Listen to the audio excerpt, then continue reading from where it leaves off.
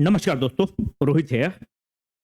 पहली बात कि आपके लिए एक इंफॉर्मेशन है जो बीपीएससी की तरफ से आया है कि जो आपका एग्जाम 10 सितंबर को होने वाला था,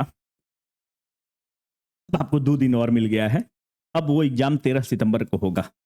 ठीक है, तो खुशखबरी है, एंजॉय करिए। चलिए स्टार्ट करते हैं। देखो, जो भी नए लोग हैं, आपसे 2-3 सबमिशंस हैं। पहला सबमिशन मेरा ये है कि देखो, अगर तुम ये सोचते हो कि बीसीडब्ल्यू तुमको सिलेक्शन दिला देगा या XYZ कोचिंग दिला देगा, सारा कोचिंग बढ़िया है यार, वो नहीं दिला सकता है, इंक्लूडिंग बीसीडब्ल्यू। बीसीडब्ल्यू का टेस्ट सीरीज दिला देगा, नहीं दिला सकता है। कोई कोचिंग नहीं दिला सकता है। हम सिलेक्शन दिला देंगे, नहीं दिला सकते हैं। ना ही कोई मास्टर दिला सकता है। अगर एक चीज तुम हमसे पूछोगे कि जो सर सिलेक्शन दिला देगा, वो है प्रीवियस ईयर क्वेश्चन। ये इतना एज फॉर ग्रांटेड लिया गया है ना, तो यही दिक्कत है। जिन लोगों का सिलेक्शन हो रहा है उनको पीवाईक्यू पर काबू है। पीवाईक्यू से एक थीम्स निकाल लेना है और उस थीम के इन एंड अराउंड हमको पूरा पढ़ लेना है। तो आप बोलेंगे कि मास्टर कुछ देख के बताओ, ये जो नौटंकी कर रहे हो, थीम है, ये है, वो है, बताओ कैसे। हम अभी उदाहरण के तौर पर सब्सटेंशिएट करना चाहेंगे।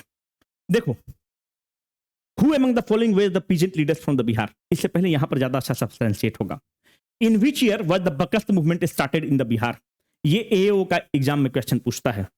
फिर आप देखो, 69 बीपीएससी में वही क्वेश्चन घुमा के पूछ रहा है। The Bakasht movement in the Bihar during 37 से 38 वाज ऑर्गेनाइज्ड बाय हुम। इसको बकास्त मूवमेंट भी बोलते हैं, बकस्त मूवमेंट भी बोलते हैं। तो आप कैसे पढ़ेंगे? इसका मतलब कि भाई, बकस्त मूवमेंट एक इंपॉर्टेंट थीम है। बकस्त मूवमेंट जो है किसका पार्ट है? किसान सभा मूवमेंट का पार्ट है। बकस्त मूवमेंट जो स्टार्ट कर रहे हैं उनका नाम है स्वामी सहजानंद सरस्वती। इसका मतलब कि ये तीनों चीज लिंक्ड है। किसान सभा मूवमेंट हम आपको बता चुके हैं। आज हम स्वामी सहजानंद सरस्वती कवर करेंगे तो बाय डिफॉल्ट बकस्त मूवमेंट खत्म हो जाएगा। तो आप बोलेंगे जो तुम थीम की बात कर रहे हो, हम बोल रहे हैं कि आपने बकस्त मूवमेंट से वो क्वेश्चन पूछ रहा है, तो आपसे अगला एग्जाम में पूछ देगा कि ये बताइए कि बकस्त मूवमेंट कहां पर स्टार्ट हुआ था, विच प्लेस इन बिहार। अब आप सोचिए कि यह क्या नया क्वेश्चन है। बिहार में किस जगह से बकस्त मूवमेंट स्टार्ट हुआ था, पूछा जा सकता है ना। ऐसा तो नहीं कि हम रॉकेट साइंस कोई पूछ लिया। उसका एक इंपॉर्टेंट थीम है बकस्त मूवमेंट, उसी के अबाउट रिवॉल्व कर रहा है। वो आपसे पूछ लिया कि बिहार में कौन से जिला में पहला बार बकस्त मूवमेंट स्टार्ट होता है, ऑप्शन दे दिया Munger, Darbhanga, Saran, Aurangabad. Is it a rocket science? पूछ सकता है, क्योंकि बकस्त मूवमेंट इसी के अबाउट रिवॉल्व कर रहा है टॉपिक को। बकस्त मूवमेंट, अगर तुम होशियार लड़का हो और मेरा पिछला वीडियो देखो तो तुम तलाक से मार सकते हो इसका आंसर। हम तुमको बताए थे, जब किसान सभा मूवमेंट बताए थे, हम ये नहीं बता रहे हैं कि जो हम वीडियो से बताएंगे वो सारा क्वेश्चन आ जाएगा, पर उससे तुम एलिमिनेट कर सकते हो, बस हम इतना गारंटी लेते हैं। हम तुमको बताए थे कि 1922 और 23 में मुंगेर जिला में 2 व्यक्ति हुए, एक मोहम्मद जुबैर हुए और श्री कृष्ण सिंह हुए। इन लोग किसान सभा मूवमेंट को स्टार्ट करते हैं। तो ये जो जगह है जहां पर बकस्त मूवमेंट स्टार्ट होता है, उस जगह का नाम है बरहिया ताल। तो ये कोई क्वेश्चन, नया क्वेश्चन नहीं है। अगर आपसे एग्जाम में पूछ ले तो वही क्वेश्चन है। उस आपको थीम को पकड़ के रगड़ के पढ़ना था, बस हम ये बताना चाहते थे।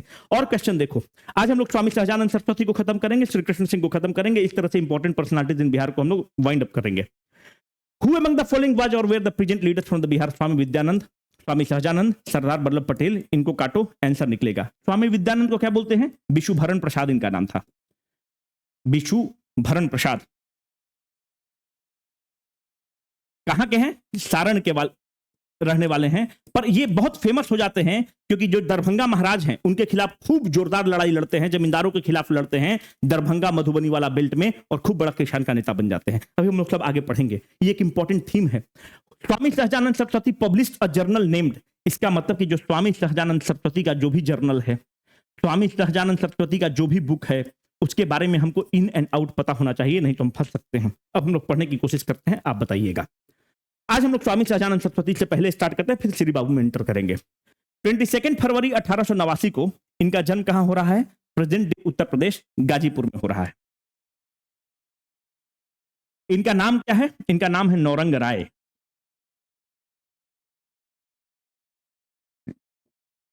अगर आपसे एग्जाम में कभी पूछे कि जो फ्रीडम मूवमेंट चल रहा है उसमें नौरंग राय किस किस मूवमेंट में पार्टिसिपेट करते हैं, तो पहली बार नॉन कॉपरेशन मूवमेंट में पार्टिसिपेट करेंगे, फिर सिविल डिसोबीडियंस मूवमेंट में पार्टिसिपेट करेंगे, फिर क्विट इंडिया मूवमेंट में पार्टिसिपेट करेंगे, और he was the Pioneer of the किसान सभा movement in Bihar and India. अब हम लोग सारा डिस्कस करते हैं कि कैसे कैसे क्या होता है। अगर ये फ्रीडम स्ट्रगल में पार्ट ले रहे हैं तो इनका एरिया कहां है, क्षेत्र कहां है? अगर आप देखोगे तो इनका क्षेत्र का नाम है शाहाबाद रीजन। जो इंडियन ज्योग्राफी हमसे पढ़े, जो इंडियन ज्योग्राफी पढ़े हो और जो बिहार ज्योग्राफी पढ़े हो, तुम्हारे लिए चवन्नी भर का सवाल है कि शाहाबाद रीजन कहां है। आपसे एग्जाम में क्वेश्चन पूछ सकता है कि शाहाबाद रीजन कौन सा एरिया है। देखो, अगर ये गंगा जा रही है, इस गंगा में जाकर सोन नदी मिलती है, जो सोन का वेस्टर्न पार्ट होता है उसको तुम शाहाबाद रीजन बोलते हो। ये सब चीज तुमको पता होना चाहिए, नहीं पता तो गलत है। हम इंडियन ज्योग्राफी और बिहार ज्योग्राफी में बता रखे हैं इसको। तो सोन नदी का जो वेस्टर्न वाला पार्ट है, इसको तुम शाहाबाद रीजन बोलते हो। तो स्वामी सहजानंद सरस्वती का जो क्षेत्र रहा है, जो सेंटर रहा है जहां पर काम करते हैं, वो है शाहाबाद रीजन। दूसरा, जो सेंटर ऑफ द मूवमेंट ये बनाएंगे अपना, वो दो जगह बनाएंगे। शाहाबाद में एक गांव है सिमरी विलेज, एक गांव जो बता रहे हैं ना, ये इंपॉर्टेंट है। शाहाबाद में एक गांव बनाएंगे सिमरी विलेज, और पटना के पास दूसरा जो सेंटर बनाएंगे वो है बिहटा के पास। तो दो सेंटर बनाएंगे और वहां से पूरे मूवमेंट को लीड करना स्टार्ट करेंगे, किसान सभा मूवमेंट को लीड करना स्टार्ट करेंगे। दो सेंटर इनका बेसिकली रहेगा। 1937 में आपको पता है कि बिहार में सरकार बनती है, कांग्रेस की सरकार बनती है। किसान सभा मूवमेंट में पूरा जोर शोर से उसमें इन्वॉल्व है। कैसे इन्वॉल्व है किसान सभा मूवमेंट में, हम पहले बता रखे हैं, पर थोड़ा सा हम आपको और ब्रीफ करना चाहते हैं। देखो, 1922 से 23 के बीच में, बस रिपीटेशन है पर एक बार फिर से पढ़ लो। मुंगेर में ये स्टार्ट करते हैं। मुंगेर में जब स्टार्ट कर रहे हैं तो दो व्यक्ति है, मोहम्मद जुबैर और श्री कृष्ण सिंह, जिसको तुम बिहार केसरी बोलते हो। उसके बाद 1929 में सोनपुर में बिहार प्रोविंशियल किसान सभा की बैठक होती है। बिहार प्रोविंशियल किसान सभा की बैठक में स्वामी सहजानंद सरस्वती को अध्यक्ष बनाया जाता है और सेक्रेटरी के रूप में बिहार के प्रथम मुख्यमंत्री बिहार के श्री कृष्ण सिंह को बनाया जाता है। फिर 1934 में तुम देखोगे तो बिहार प्रांतीय किसान सभा की बैठक कहां होती है, बताओ, ये सब बता चुके हैं तुमको, गया जी में होती है। कौन उसकी अध्यक्षता करते हैं, पुरुषोत्तम दास टंडन करते हैं। 1935 में बिहार प्रोविंशियल किसान सभा की बैठक कहां होती है, हाजीपुर में होती है। इसकी अध्यक्षता कौन करते हैं, ट्रिपल एस करते हैं, स्वामी सहजानंद सरस्वती करते हैं। फिर 1936 में लखनऊ में अब बोला जाता है कि ऑल इंडिया फलक पर चलेंगे, ऑल इंडिया किसान सभा की बैठक होती है। इसी ऑल इंडिया किसान सभा में जवाहरलाल नेहरू पार्टिसिपेट करते हैं। इसके अध्यक्ष किसको चुना जाता है, स्वामी सहजानंद सरस्वती को, और जनरल सेक्रेटरी किसको चुना जाता है, एनजी रंगा को। मेरे भाई, जब किसान सभा मूवमेंट को एकदम पीक पर लेकर चले जाते हैं तो इनको क्या कहा जा रहा है, किसान प्राण भी कहा जाता है। मेरे भाई, जब किसानों के लिए ये आदमी जी रहे हैं, मर रहे हैं, उस समय कांग्रेस की सरकार बन जाती है बिहार में। 1937 में चुनाव होता है, कांग्रेस की सरकार बन जाती है बिहार में। कांग्रेस की सरकार से ये बोलते हैं कि जो बकस्ट लैंड है, बकस्ट लैंड क्या होता है, मानते हैं कि ये हम जमींदार हैं, तो तुम मेरे जमींदार पर जो टीनेंट्स खेती कर रहा है, जमींदार को जब मन किया उसको बोला कि कल से तुम खेती करना बंद करो। The forceful evacuation of the tenants, बटैया जिसको तुम बोल रहे हो, बटैया पे आज तुम काम कर रहे थे, कल खत्म कर दी, कल से तुम नहीं बटैया करोगे। तो जो भी जमींदार के विम्स एंड फेंसिस पर जो टीनेंट्स काम कर रहा था, उसको जोत रहा था, मतलब जोतदार को कोई हक नहीं था। जब मन चाहे जमींदार उसको रख सकता है, हटा सकता है, जितना मन चाहे उतना टैक्स लगा सकता है। तो वो जो टीनेंट्स की लड़ाई लड़ते हैं कि टीनेंट्स को तुम जब मन किया तुम हटा सकते हो, फोर्सफुल इवैक्यूएशन कर सकते हो, ऐसा तुम नहीं कर सकते हो। कांग्रेस की सरकार उस समय कह रही थी कि हम किसानों के लिए लड़ेंगे, पर जो जमींदार है कांग्रेस को समर्थन देता है। और 1937 में जब कांग्रेस की सरकार बन जाती है तो कांग्रेस की सरकार से बोलते हैं कि जो बकस्ट है इसको खत्म करो, जो टीनेंट्स को राइट दो, जमींदार को अथाह राइट है, उसके खिलाफ तुम आवाज उठाओ, उसके जमींदार के राइट को कर्टेल करो, और टीनेंट्स जो है जो उस पर खेती करता है, जुताई करता है, उसको राइट दो। कांग्रेस की सरकार ऐसा नहीं कर पाती है क्योंकि जमींदारों का दबाव था, जमींदार उसको फंड कर रहा था कांग्रेस को। और यहीं से आप देखेंगे कि 1937 से स्वामी सहजानंद सरस्वती और कांग्रेस आमने सामने हो जाएगा, एकदम आमने सामने की लड़ाई हो जाएगी। जब इंडियन नेशनल कांग्रेस को जब सुभाष चंद्र बोस छोड़ेंगे, फॉरवर्ड ब्लॉक का निर्माण करेंगे त्रिपुरी क्राइसिस में, स्वामी सहजानंद सरस्वती किसके साथ चले जाएंगे, Swami Sahajanand will start supporting हुम, ये स्टार्ट सपोर्ट करेंगे सुभाष चंद्र बोस को। सुभाष चंद्र बोस की एक किताब है इंडियन स्ट्रगल, इसको आप जरूर पढ़ेंगे, कभी मौका मिले जीवन में तो इस किताब को जरूर पढ़ेगा, इंडियन स्ट्रगल को। अब आप अप्रिशिएट करना स्टार्ट करेंगे कि हमेशा स्वामी सहजानंद सरस्वती सुभाष चंद्र बोस को सपोर्ट करेंगे। सुभाष चंद्र बोस को इनकी जरूरत है, बिल्कुल है, क्योंकि किसान इनके साथ है। सुभाष चंद्र बोस इनके बारे में कहते हैं कि Swami Sahajanand Saraswati is the undisputed leader. लिखिए इस लाइन को, अगर कभी एग्जाम में पूछ दे तो आप फंस सकते हैं। स्वामी सहजानंद सरस्वती इज अनडिस्प्यूटेड, इसमें कोई डिस्प्यूट नहीं है, is undisputed leader of peasants, किसानों के नेता हैं। He is undisputed leader of the peasants. He is idol of the masses.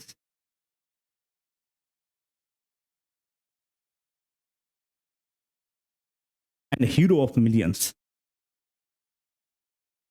अगर आपसे पूछ दे कभी, क्योंकि उसका एक इंपॉर्टेंट थीम है कि ये लाइन किसके द्वारा बोला गया है स्वामी सहजानंद सरस्वती के बारे में, तो सुभाष चंद्र बोस ये बोलते हैं इनके बारे में। अब आप अप्रिशिएट कर पा रहे होंगे कि इंडियन नेशनल कांग्रेस इनकी लड़ाई हो गई 1937 में। जब 1937 में इंडियन नेशनल कांग्रेस की जब सरकार बन गई बिहार में, तो इंडियन नेशनल कांग्रेस को क्या बोलेंगे कि भाई जमींदार का राइट को कम करो, जो जोतदार हैं उसके राइट को बढ़ाओ। इंडियन नेशनल कांग्रेस नहीं कर पाती है। 1938 में इंडियन नेशनल कांग्रेस के खिलाफ आप देखेंगे कि ये बकस्त लैंड मूवमेंट स्टार्ट कर देते हैं। जो बकस्त लैंड मूवमेंट है, जिसमें जो टीनेंट्स हैं उसके राइट के लिए लड़ाई लड़ते हैं, कहां से स्टार्ट होता है, बहुत इंपॉर्टेंट है मेरे भाई, बरहिया ताल जिला मुंगेर स्टार्ट हो जाएगा, बरहिया ताल से। अप्रिशिएट कर पा रहे हो इन पॉइंट्स को? तो बरहिया ताल से स्टार्ट कर देंगे। अब कांग्रेस इनकी आनाकानी हो चुकी है। अब जब आनाकानी हो चुकी है तो कांग्रेस का ये समर्थन करना अब स्टार्ट नहीं करेंगे, अब कांग्रेस से इनकी लड़ाई रहेगी। 19 अप्रैल 1940 को बिहार में स्वामी सहजानंद डे के रूप में मनाया गया। इस दिन ये अरेस्ट हो रहे हैं। क्विट इंडिया मूवमेंट के समय जब अरेस्ट होते हैं तो 28 अप्रैल को Forward Bloc Swami Sahajanand all India Sahajanand day के रूप में मनाता है। क्यों? फॉरवर्ड ब्लॉक सुभाष चंद्र बोस से निकटता है, इसी समय ये बोलते हैं, जब ऑल इंडिया सहजानंद डे बनता है तो बोलते हैं कि he is the ideal of the masses and the hero of the millions. ठीक है, तो 28 अप्रैल को फॉरवर्ड ब्लॉक मनाता है। जितना किसान लोग है बिहार में स्वामी सहजानंद डे 19 अप्रैल को मनाता है। इनका कुछ किताब है जो आपको जरूर पढ़ना चाहिए और जो तुमको पता भी होना चाहिए, उसको लिखो। एक मैगजीन स्टार्ट करते हैं, उसका नाम है हुंकार। एक किताब लिखते हैं, मेरा जीवन संघर्ष। अब देखो कंफ्यूजन कहां होता है। हम जितना बता रहे हैं ना, इससे एक क्वेश्चन अभी बाहर नहीं जाएगा, फालतू इधर उधर मुंह मारने की जरूरत नहीं है। एक किताब है मेरा जीवन मेरा संघर्ष।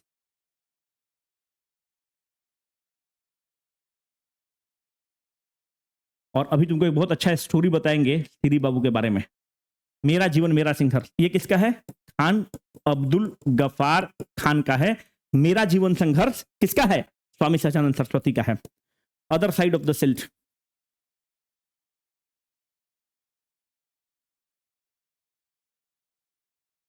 रेंट रिडक्शन इन बिहार,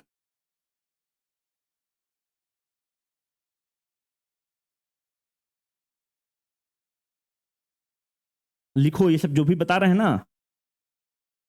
किसानों की कारुण कहानी, गया के किसानों की कारुण कहानी, किसानों की करुण कहानी। ठीक है, इतना आप इसको ध्यान रखेंगे। और मैगजीन निकालते थे हुंकार।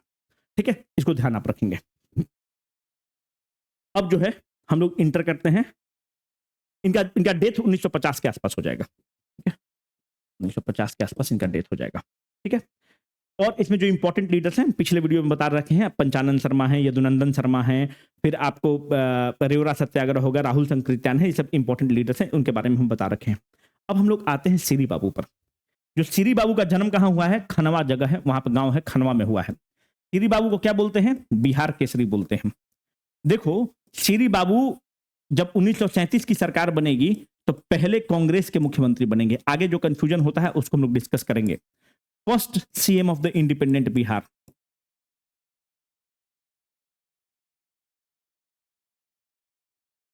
देखो, जब बिहार का विभाजन की बात चलेगा तो एक संस्थान बनेगा जिसका नाम है बिहार स्टूडेंट कॉन्फ्रेंस और Bihari student conference. Bihari student conference कब बन रहा है? 1906 में बन रहा है। यह बना कौन रहा है? इसके आर्किटेक्ट हैं सच्चिदानंद सिन्हा, राजेंद्र प्रसाद, महेश नारायण। इन लोग जो है स्टूडेंट को जन जागरण करते हैं और बोलते हैं कि भाई बिहारी लोग के लिए अलग बिहार बनना चाहिए। इनका नारा क्या था? पृथक बिहार। पृथक मतलब क्या होता है? अलग। तो जो बिहार स्टूडेंट कॉन्फ्रेंस है वो पृथक बिहार का नारा देता है, बोलता है कि अलग से बंगाल से तोड़ के बिहार बनाने की जरूरत है। इसका जो 5th कॉन्फ्रेंस होता है वो कहां हो रहा है? 5th कॉन्फ्रेंस आरा में हो रहा है। उसकी अध्यक्षता कौन कर रहा है? स्वामी सच्चिदानंद सिन्हा कर रहे हैं, एस एन सिन्हा कर रहे हैं। ये एस एन सिन्हा को क्या कहते हैं? Architect of the modern Bihar बोलते हैं। एस एन सिन्हा वही हैं जो कांग्रेस जो कॉन्स्टिट्यूएंट असेंबली में इंटरिम अध्यक्ष बनेंगे। इस आरा में पहली बार श्री कृष्ण सिंह पार्टिसिपेट करेंगे कॉन्फ्रेंस में। तो अगर आपसे पूछेगा कि श्री बाबू बिहार विभाजन वाले आंदोलन से जुड़े हुए थे क्या? हाँ, जुड़े हुए थे। इनडायरेक्ट रूप से श्री बाबू इसमें पार्टिसिपेट करते हैं। फिर तुम देखो 1922 में क्या हो रहा है, गया में कांग्रेस का अधिवेशन हो रहा है। आज के डेट में गया जी में अधिवेशन हो रहा है। कौन से नंबर का अधिवेशन हो रहा है? 37वां नंबर का अधिवेशन हो रहा है। अधिवेशन की अध्यक्षता कौन कर रहे हैं? चितरंजन दास कर रहे हैं। सीआर दास को क्या बोलते हैं? दीन बंधु बोलते हैं, है ना? बहुत सुंदर भाई, दीन बंधु सीएफ एंड्रयूज को बोलते हैं, इनको देश बंधु बोलते हैं। अब हम तुमको 2-3 चीज बताएंगे जो तुमको करना है। इनका कुछ किताब के बारे में तुमको पता होना चाहिए, बहुत विद्वान आदमी है। एक है फ्रीडम थ्रू डिसओबीडियंस, किसका है? चितरंजन दास का है। फ्रीडम थ्रू पता होना चाहिए, डिसओबीडियंस, इंडिया फॉर इंडियंस।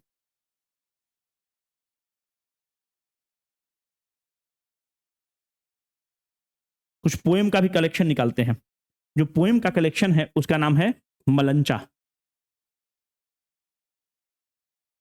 माला। 1922 में जो अच्छा पहला कांग्रेस का अधिवेशन बिहार में कब होता है? 1912 में। उसकी अध्यक्षता कौन करता है? बांकीपुर पटना में होता है। उसकी अध्यक्षता कौन करते हैं? आर मुधोलकर करते हैं। 1922 में जो गया होता है, गांव का नाम है तेनई। गया जी के बारे में आपको पता है कि यहीं पर विष्णुपद टेम्पल है। किस नदी पर है? फल्गु नदी पर है। यहां पर एक डैम है जहां पर पिंडदान के लिए बनाया गया है, जिसका नाम रखा गया है गयाजी डैम, है ना? तो इतना आपको पता होना चाहिए। जब तेनई में स्थिति बनती है तो यहां पर स्थिति बहुत खतरनाक बन जा रही है। खतरनाक बन जा रहा है क्योंकि यहां पर कांग्रेस 2 फाड़ में हो जाएगा। एक जो फाड़ है वो बोलेगा प्रो चेंजर्स। प्रो चेंजर्स मतलब क्या है कि भाई हमें सरकार में पार्टिसिपेट करना चाहिए, चुनाव में पार्टिसिपेट करना चाहिए और अंदर जाकर अंग्रेजों का विरोध करना चाहिए। और एक ग्रुप होगा नो चेंजर्स। अब यहां से तुम बिहार के पॉलिटिक्स को समझना स्टार्ट कर पाओगे। एक होगा नो चेंजर्स। नो चेंजर्स के बिहार में प्रणेता कौन है? राजेंद्र बाबू, राजेंद्र प्रसाद। दूसरा बाबू ब्रजकिशोर प्रसाद। तीसरा अनुग्रह नारायण सिंह। अनुग्रह नारायण सिंह को ही कहा जाता है बिहार विभूति, डॉक्टर अनुग्रह नारायण सिंह, और पहले बिहार के डिप्टी चीफ मिनिस्टर बनेंगे और वित्त मंत्री बनेंगे। प्रो चेंजर्स में कौन है? एक नया पार्टी बन जाएगा जो बोल देगा कि हम लोग जाकर कांग्रेस के अंदर ही पार्टी बनेगा। उस पार्टी का नाम रहेगा स्वराज पार्टी। तो अगर आपसे एग्जाम में पूछेगा कभी कि स्वराज पार्टी का न्यू कहां रखा गया, तो 37वां कांग्रेस अधिवेशन में रखा गया, गया में रखा गया। कहां पर रखा गया? टेकारी महाराज के यहाँ रखा गया। अब जो साउथ बिहार वाले हैं उसको अप्रिशिएट कर पाएंगे। टेकारी एक जगह है। टेकारी का महाराजा जो था बहुत पावरफुल था, और ये किसका क्लाइंट था? मोतीलाल नेहरू का क्लाइंट था। जवाहरलाल नेहरू के बाप है मोतीलाल नेहरू, बहुत बड़ा बैरिस्टर है, मतलब आज के समय में समझ लो कि हरीश साल्वे था उस समय का व्यक्ति है। तो मोतीलाल नेहरू का क्लाइंट था टेकारी स्टेट। टेकारी स्टेट के यहाँ लोग जाते हैं और बैठते हैं, और यहाँ पर होता है कि हम लोग एक नया पार्टी बनाएंगे जिसका नाम रहेगा Swaraj party, Congress Swaraj party, Congress Swaraj party. इसका असल न्यू कब रखा जाएगा? 1 जनवरी 1923 को रखा जाएगा। पर डिसाइड कहां हो जाएगा? टिकारी महाराज के यहां डिसाइड हो जाएगा। कौन कौन इसके चेहरा है? चितरंजन दास, दूसरा मोतीलाल नेहरू। बिहार में कौन चेहरा है? अब ये बहुत इंपॉर्टेंट बन जाएगा। बिहार में चेहरा सेक्रेटरी बनाया जाएगा अब्दुल बारी को। अध्यक्ष किसको बनाया जाएगा? नारायण प्रसाद को। पर इसके सबसे टावरिंग नेता कौन है? टावरिंग नेता है श्री कृष्ण सिंह। अब यहीं से तुम समझना स्टार्ट करना। बिहार के पॉलिटिक्स को अगर समझोगे तो यहीं से समझना स्टार्ट करो। बाकी रट्टाफिकेशन तो चलते रहेगा। जब डिप्टी कलेक्टर बनोगे तो ये सब पता होना चाहिए। श्री बाबू इसके सबसे टॉलेस्ट लीडर बनेंगे। तुम लोग समझ में नहीं आया? अध्यक्ष तो नारायण प्रसाद बन रहा है, सेक्रेटरी अब्दुल बारी बन रहा है, और आप बोल रहे हैं सबसे टावरिंग फिगर श्री कृष्ण सिंह है। बस उसी तरह से है जिस तरह से अभी जन स्वराज पार्टी के राष्ट्रीय अध्यक्ष कौन है? पूर्णिया के पूर्व सांसद उदय कुमार सिंह है। पर सबसे बड़ा नेता कौन है? प्रशांत किशोर है। अब नारायण प्रसाद सारण के हैं, इनको अध्यक्ष बनाया जाता है। अब्दुल बारू को सेक्रेटरी बनाया जाता है। पर सारा गेम कौन कर रहे हैं? श्री बाबू। अब यहीं पर देखो नो चेंजर्स में कौन है? नो चेंजर्स क्या कह रहा है कि हम लोग गांव में जाते हैं, सामाजिक चेतना फैलाते हैं, लोगों को फ्रीडम स्ट्रगल से जोड़ते हैं और बॉयकॉट करते हैं अंग्रेजों को। ये ग्रुप कौन है? ये ग्रुप गांधी जी का ग्रुप है। ध्यान से समझने की कोशिश करना। गांधी जी का ग्रुप है, ये बहुत इंपॉर्टेंट है बिहार के पॉलिटिक्स को समझने के लिए। गांधी जी का ग्रुप है। ये ग्रुप क्या है? गांधी का विरोध कर रहा है। इसका मतलब कि बिहार में गांधी का नेता के परम चेला कौन? राजेंद्र बाबू, ब्रजकिशोर बाबू, अनुग्रह बाबू। गांधी का विरोधी कैंप कौन? श्री कृष्ण सिंह। गांधी संत धोनी थे, बहुत प्रैग्मेटिक आदमी थे, बहुत अच्छे पॉलिटिशियन भी थे। तो अब देखो गांधी जी पसंद करेंगे क्या श्री कृष्ण सिंह को? अब बिल्कुल पसंद नहीं करेंगे गांधी जी श्री कृष्ण सिंह को। पर श्री कृष्ण सिंह बहुत विद्वान आदमी है। श्री कृष्ण सिंह इतना बढ़िया भाषण देते थे कि लोग कहता था कि श्री बाबू इस तरह से भाषण देते जैसे लगता है कि शेर दहाड़ रहा है। तो गांधी जी के अब टेस्ट में है श्री बाबू? बिल्कुल भी नहीं। गांधी जी के टेस्ट में राजेंद्र बाबू, अनुग्रह नारायण सिंह। राजेंद्र बाबू टेस्ट में है, राजेंद्र बाबू को राष्ट्रपति बना दिया जाएगा। जब 1937 का चुनाव होगा तो ये बात गांधी जी भूलेंगे क्या कि जब स्वराज पार्टी बना तो इन लोग मेरे साथ है और ये आदमी श्री कृष्ण सिंह विरोध कर रहा है। राजेंद्र बाबू को बोलते हैं कि राजेंद्र बाबू, बिहार का मुख्यमंत्री अनुग्रह नारायण सिंह को बनाया जाए। तो आप बोलेंगे कि आपका सोर्स क्या है, आप हमसे पूछेंगे ना। तो मेरा ये जो किताब है मेरी जीवन यात्रा एक पढ़िएगा, उसमें आपको बहुत अच्छा आपको एविडेंस मिल जाएगा। दोनों में एक बिहार में ग्रुप है जो बोलेगा श्री बाबू और अनुग्रह बाबू में टसल होता है। हम बताते हैं कोई टसल नहीं है, दोनों में कितना प्रेम है। जब भारत आजाद होगा तो Bihar best governed state of the country रहता है। और कैसे रहता है हम अभी आपको बताते हैं। अनुग्रह नारायण सिंह को बोला जाएगा कि अनुग्रह नारायण सिंह आप मुख्यमंत्री बन जाइए। उस समय प्रीमियर कहलाता था, 37 में। अनुग्रह नारायण सिंह को पता है कि अगर हम बन जाते हैं श्री बाबू नाराज हो जाएंगे, अभी भारत को आजाद करना है। राजेंद्र बाबू को बोलते हैं कि देखिए श्री बाबू नाराज हो जाएंगे और पार्टी में गुटबाजी हो जाएगा, श्री बाबू को ही 4 रोटी खाने दीजिए, हम 2 रोटी खा के रह लेंगे। और इस तरह से श्री बाबू का नाम का जो प्रस्तावना किया जाता है अनुग्रह बाबू ही प्रस्तावित कर देते हैं। और जब चुनाव के बाद, जब फ्रीडम के बाद भी जब श्री बाबू को बनाना होता है तो अनुग्रह बाबू ही नाम प्रस्तावित करते हैं कि श्री बाबू पार्टी को 2 भाग में तोड़ सकते हैं, क्योंकि श्री बाबू की इच्छा है मुख्यमंत्री बनने के लिए। ये था लोगों का सेक्रीफाइस।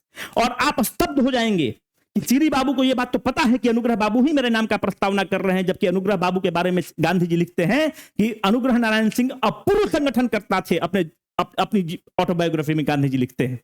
तो जो ये बात श्री बाबू को पता चलता है, जब श्री बाबू को यह बात पता चलता है तो जितना बार दोनों मुख्यमंत्री और उप मुख्यमंत्री रहे, श्री बाबू तो किताब पढ़ते रहते थे। पूरे बिहार को अनुग्रह नारायण सिंह चलाते थे। पूरे बिहार को मंत्री कौन बनेगा अनुग्रह नारायण सिंह देखते थे। ये था श्री बाबू और अनुग्रह बाबू में आपस में प्रेम, आपस में रिस्पेक्ट। अभी और हम आपको घटना बताएंगे। अब ध्यान से देखिए, श्री बाबू के बारे में और खत्म करेंगे। फिर देखिए 1923 में श्री बाबू पर सेडिशन लग जाएगा। क्यों सेडिशन लग जाएगा? एक प्ले में पार्टिसिपेट करते हैं, उसका नाम है भारत दुर्दशा। इन पर एडिशन लग जाएगा, दुर्दशा। फिर तुम देखो 1937 में चुनाव होगा। जब 1937 में चुनाव होगा तो कांग्रेस पार्टिसिपेट करेगी। जब कांग्रेस पार्टिसिपेट करेगी तो गवर्नर के पास डिस्क्रिशनरी रूल है। जब गवर्नर के पास डिस्क्रिशनरी रूल है, इसके लिए कांग्रेस अड़ जाएगी। तो लार्जेस्ट पार्टी कौन चुन के आ जाएगा? Indian national Congress. एक व्यक्ति सेकेंड लार्जेस्ट पार्टी है जिसका नाम है मुस्लिम इंडिपेंडेंट पार्टी। मुस्लिम इंडिपेंडेंट पार्टी का मालिक कौन है? मोहम्मद यूनुस। मोहम्मद यूनुस वही है जो 1924 में पटना वीकली स्टार्ट करते हैं। जर्नलिस्ट रहते हैं पर चुनाव लड़ जाते हैं, जिन्ना से बड़ा नाराज रहते हैं और ये स्टार्ट कर देते हैं पटना टाइम्स। पटना वीकली तो वो करता है, पटना टाइम्स 1924 में स्टार्ट करते हैं। मोहम्मद यूनुस कांग्रेस के साथ ही मिलकर चुनाव लड़ते हैं। कांग्रेस कहती है कि गवर्नर के पास डिस्क्रिशनरी पावर है, ऐसा हम मुख्यमंत्री बनके क्या करेंगे। तो मोहम्मद यूनुस को पहले बुला लिया जाता है कि आप ही आकर सरकार बना दीजिए। मोहम्मद यूनुस सरकार बना देते हैं। एग्जाम में अगर आपसे क्वेश्चन पूछेगा कि पहला फर्स्ट सीएम ऑफ बिहार, उस समय सीएम को प्राइम मिनिस्टर कहा जाता था, प्रीमियर कहा जाता था, तो इसका आंसर हो जाएगा मोहम्मद यूनुस। पहला कांग्रेसी सीएम पूछेगा, फर्स्ट कांग्रेसी सीएम, फिर 3 महीना 4 महीना के बाद ये रिजाइन कर देंगे मोहम्मद यूनुस। तो श्री कृष्ण सिंह बिहार के श्री कृष्ण सिंह रहेंगे क्योंकि कांग्रेस के थे। अब तुमको समझ में आना चाहिए, कंफ्यूजन नहीं होना चाहिए। 1937 में कांग्रेस सबसे बड़ी पार्टी बनती है। मुस्लिम इंडिपेंडेंट पार्टी के कुछ विधायक जीत के आते हैं। कांग्रेस मना कर देगा कि हम नहीं मुख्यमंत्री बनेंगे। क्यों? क्योंकि गवर्नर के पास डिस्क्रिशनरी पावर है, हम लोग ऐसा डमी मुख्यमंत्री बन के क्या करेंगे। जैसे कांग्रेस बैक कर जाएगा, मोहम्मद यूनुस को सेकंड ऑफर मिलेगा क्योंकि सेकंड लार्जेस्ट पार्टी बन रहे हैं। मोहम्मद यूनुस को मुख्यमंत्री बनने का मौका मिलता है, 4 महीना मुख्यमंत्री भी रहते हैं, 3 से 4 महीना मुख्यमंत्री रहेंगे। उसके बाद रिजाइन कर देंगे और बोलेंगे कि जब कांग्रेस अब तैयार हो गई है तो कांग्रेस के साथ मेलजोल होता है और कांग्रेस जो बोलती है कि ठीक है हम मुख्यमंत्री बनेंगे। तो अगर आपसे एग्जाम में पूछेगा कि पहला CM of the Bihar Mohammad Yunus, पहला कांग्रेसी सीएम ऑफ द बिहार, क्योंकि मोहम्मद यूनुस कांग्रेस के नहीं है, इनकी तो मुस्लिम इंडिपेंडेंट पार्टी है, तो पहला कांग्रेसी CM of the Bihar Shri Krishna Singh. अब कोई कंफ्यूजन नहीं होना चाहिए। जब भारत आजाद होगा तो श्री बाबू फिर से मुख्यमंत्री बनेंगे। अब यहां पर देखो, जब इंडिविजुअल सत्याग्रह चल रहा होगा, जब इंडिविजुअल सत्याग्रह चल रहा है तो देश के पहले इंडिविजुअल सत्याग्रही कौन है? विनोबा भावे। सेकंड कौन है? जवाहरलाल नेहरू। थर्ड कौन है? बीपीएससी क्वेश्चन पूछ चुका है, कमेंट बॉक्स में आप इसका जवाब देंगे कि थर्ड इंडिविजुअल सत्याग्रही कौन है। बिहार में पहला इंडिविजुअल सत्याग्रही कौन है? श्री कृष्ण सिंह। सेकेंड इंडिविजुअल सत्याग्रही कौन है? अनुग्रह नारायण सिंह। इंडिविजुअल सत्याग्रह का जगह कहां से बनता है? पटना का गांधी मैदान। यहां पर एक स्लोगन बहुत फेमस होता है जो आपको एकदम ही पता होना चाहिए, ना भाई ना पाई। अगर आपसे पूछेगा कि बिहार में यह स्लोगन कब फेमस हुआ, ना भाई ना पाई, ना भाई देंगे ना पाई देंगे ना पैसा देंगे। क्यों? जब सेकेंड वर्ल्ड वॉर में अंग्रेज इन्वॉल्व है तो भारत से लोगों को ले जा रहा था युद्ध करने के लिए, तो इस पे नारा दिया जाता है ना भाई देंगे, मतलब हम अपने भाई बंधु को युद्ध करने के लिए नहीं देंगे, ना पाई देंगे। भारत को तुम चूस के जो पैसा ले जा रहे हो, युद्ध में झोंक रहे हो, वो भी नहीं देंगे। तो अगर आपसे एग्जाम में क्वेश्चन पूछता है कि पहला इंडिविजुअल सत्याग्रही बिहार श्री बाबू, सेकेंड अनुग्रह बाबू, नारा क्या था? ना भाई देंगे ना पाई देंगे। ये बहुत इंपॉर्टेंट कॉन्सेप्ट तुमको दे रहे हैं, तुम अप्रिशिएट पता नहीं कर पा रहे हो कि नहीं कर पा रहे हो। अब इसको याद रखना। अब देखो जब इंडिपेंडेंस हो जाएगा, जब इंडिपेंडेंस हो रहा है तो श्री बाबू बिहार के मुख्यमंत्री बन जाएंगे, सीएम बन जाएंगे। श्री बाबू बिहार के सीएम बनेंगे। डिप्टी सीएम किसको बनाया जाएगा? अनुग्रह नारायण सिंह को डिप्टी सीएम बना दिया जाएगा और वित्त मंत्री के रूप में बना दिया जाएगा। दोनों में परस्पर प्रेम और रिस्पेक्ट देखो। जब तक इन लोग मुख्यमंत्री और उप मुख्यमंत्री थे, Bihar was the best governed state of the country. हम नहीं बोल रहे हैं उस समय का प्लानिंग कमीशन कह रहा है, ऐसा नहीं कि तुम बोलना कि अपने मन से तुम बता रहे हो मास्टर, नहीं। प्लानिंग कमीशन कहता है कि Bihar was the best governed state of the country. कैसे होता है तुमको एक हम उदाहरण देते हैं। उस समय के चीफ सेक्रेटरी थे एलपी सिंह, ललन प्रसाद सिंह। तो केंद्र सरकार की एक योजना आती है, उस योजना में आप देखते हो कि हर घर नल का जल। तो आपको इतना पता होगा कि बिहार में जो साउदर्न बिहार है, जो औरंगाबाद वगैरह का एरिया है, यहां पर पानी की बहुत पहले किल्लत थी। अनुग्रह बाबू औरंगाबाद के नबीनगर से चुनाव जीतते हैं। अब यहां पर देखो, मुंगेर वगैरह से चुनाव, खड़गपुर वगैरह से चुनाव जीत रहे हैं श्री बाबू, मुंगेर वगैरह से चुनाव जीत रहे हैं। केंद्र सरकार की योजना आती है हर घर नल का जल, आज के डेट में, कि मतलब टैप वाटर की देंगे, व्यवस्था करेंगे। तो भाई मुख्यमंत्री श्री बाबू थे, तो श्री बाबू ने उस प्रोजेक्ट को, जो पायलट प्रोजेक्ट था, उसको कर दिया कि इनके जो क्षेत्र है, इनके क्षेत्र में इसको लागू किया जाए, मुंगेर वाला बेल्ट में लागू किया जाए। अब चूंकि पायलट प्रोजेक्ट है, वित्त का मामला है, तो वित्त मंत्री के पास जाएगा पैसा मंजूरी होने के लिए। जब वित्त मंत्री के पास गया पैसा मंजूर होने के लिए, तो अनुग्रह बाबू फाइल को देखते हैं। अनुग्रह बाबू वो इस फाइल पे लिख देते हैं कि ideally this project should go to Nabinagar Aurangabad, क्योंकि वहां पे बहुत पानी की किल्लत थी औरंगाबाद में। उस समय नबीनगर में बहुत पानी की किल्लत थी। अब ललन प्रसाद सिंह, एलपी सिंह दम परेशान, मुख्यमंत्री कह रहा है कि मेरे क्षेत्र में जाएगा और वित्त मंत्री कह रहा है कि नबीनगर में उसको होना चाहिए। जब तक वित्त मंत्री स्वीकृति नहीं देगा वो प्रोजेक्ट पास नहीं होगा।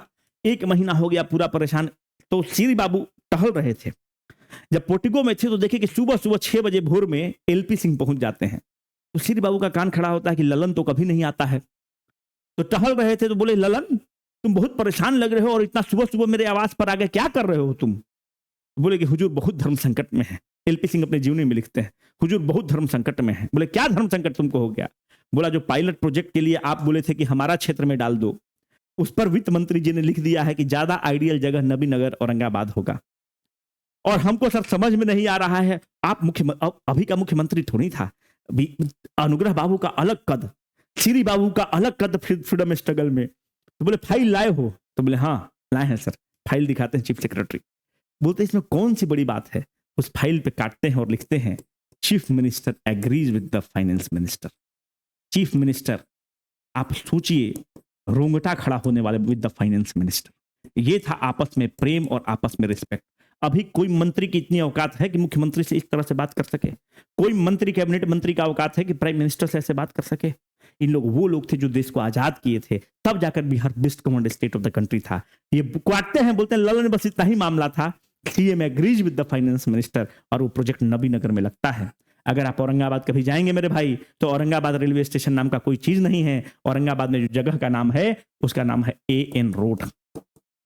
आपको पता है एएन रोड जो बनता है जब लाल बहादुर शास्त्री रेल मंत्री थे, और जब लाल बहादुर शास्त्री को पता चलता है कि अनुग्रह बाबू का देहांत हो गया, तो ऐसा कहा जाता है, लाल बहादुर शास्त्री के बेटे हैं आदर्श शास्त्री, वो अपनी किताब में लिखते हैं कि बाबूजी अपना धोती उठाते हैं और दौड़े दौड़े रेल मंत्रालय में पहुंचते हैं, बोलते हैं कि अरे बिहार विभूति का देहांत हो गया।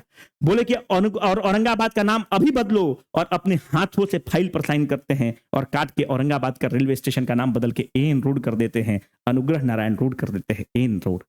तो ये था लोगों का नेचर, ये था फ्रीडम स्ट्रगल, और तब जाकर Bihar best governed state of the country बना। अब आपका काम ये है कि अभी तक हम लोग डेमो चल रहा था, ये जो हम लोग पढ़ा रहे थे आपका, हम आज इंपॉर्टेंट पर्सनालिटी खत्म कर दिए। अब आने वाला एग्जाम के लिए सब चीज कितना इंपॉर्टेंट है आप हमको बताइएगा। अगर आप चाहते हैं कि थीम्स को लेकर हम सारा सब्जेक्ट खत्म कर दें, बिहार स्पेशल खत्म कर दें, साइंस खत्म कर दें, हिस्ट्री खत्म कर दें, तो आप बताइएगा।